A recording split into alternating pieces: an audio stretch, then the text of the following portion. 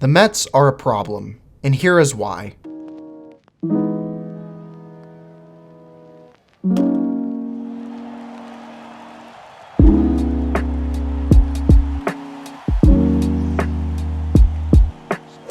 Jacob deGrom, you all know his name.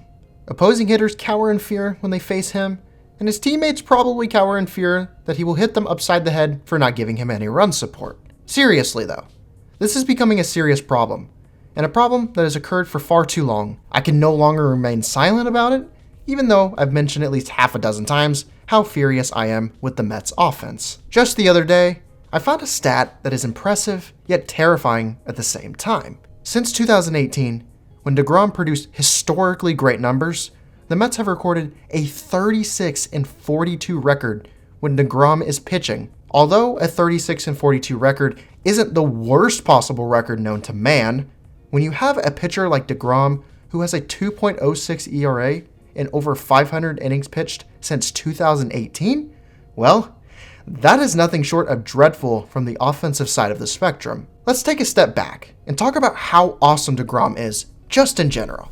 In his career, deGrom has posted a 2.59 ERA, 2.74 FIP, a 1.04 WHIP, 3.16 SIERA, and a 34.9 FWAR. deGrom has also posted a 10.49 K per 9, a 2.17 BB per 9, a 0.78 home run per 9, and deGrom has also struck out almost 1,400 hitters and almost 1,200 innings pitched. Among starting pitchers with at least 1,000 innings pitched since 2014, when deGrom made his major league debut, deGrom ranks 2nd in ERA, 2nd in FIP, 4th in WHIP, 6th in SIERA, and 3rd in FWAR. deGrom also ranks 4th in K per 9, 14th in BB per 9, 1st in home run per 9, and 3rd in strikeouts. Even more spectacularly, let's dissect just how dominant deGrom has performed since 2018.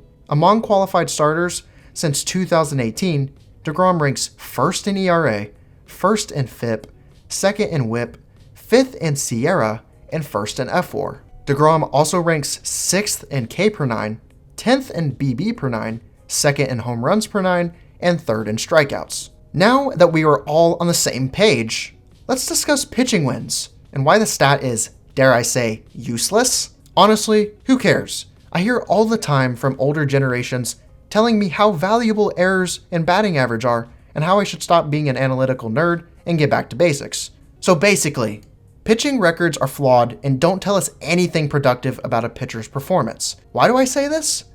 Well, for starters, let's dive right into how you acquire a win in the first place. A pitcher receives a win when he is the pitcher of record when his team takes the lead for good, with a couple of rare exceptions. A starting pitcher must pitch at least 5 innings to qualify for the win. If the starting pitcher doesn't, the official scorer awards the win to the most effective relief pitcher. Now, here is the first issue that we run into, is how do you define who the most effective pitcher was, especially if all the relief pitchers used produced identical results? Why should a pitcher such as deGrom, who can punch out at least 10 hitters and give up around 0 to 2 runs on a typical day, be blamed if the offense suddenly forgets how to hit a baseball? Why should deGrom be blamed for his performance, for example, on April 10th versus the Marlins, where he allowed only 1 run in 8 innings of work, or any other occasion he dominates while the offense is on vacation to Cancun?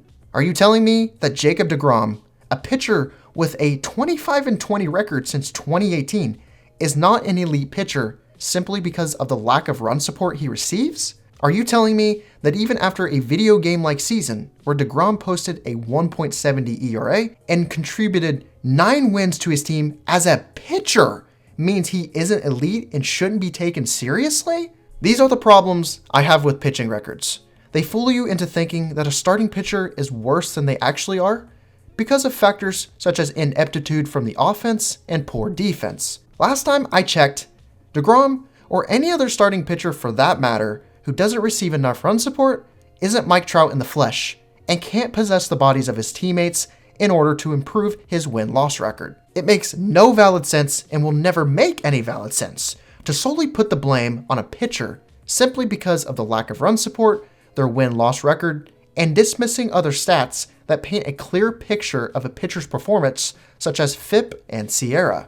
The best example that I can give you whenever deGrom toes the rubber, other than the fact that the Mets offense is basically unwatchable, and that's sad, is imagine you were given a puzzle. The puzzle had 1,000 pieces, but you only were given 999 pieces. And therefore, you can't finish the puzzle.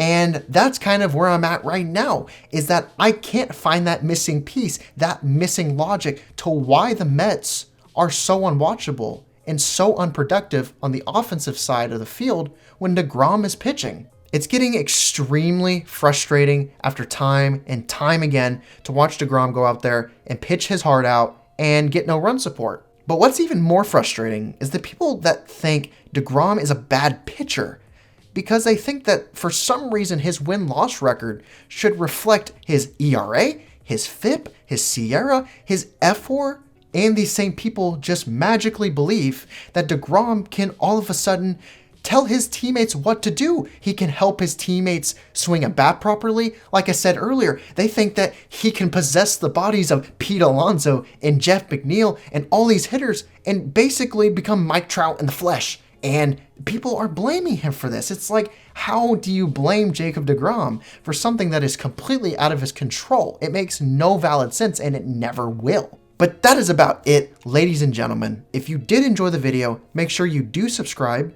Click the bell notification so you never miss a video of mine. Also make sure to like this video, comment down below on your thoughts and opinions, and I hope all of you have a wonderful rest of your day.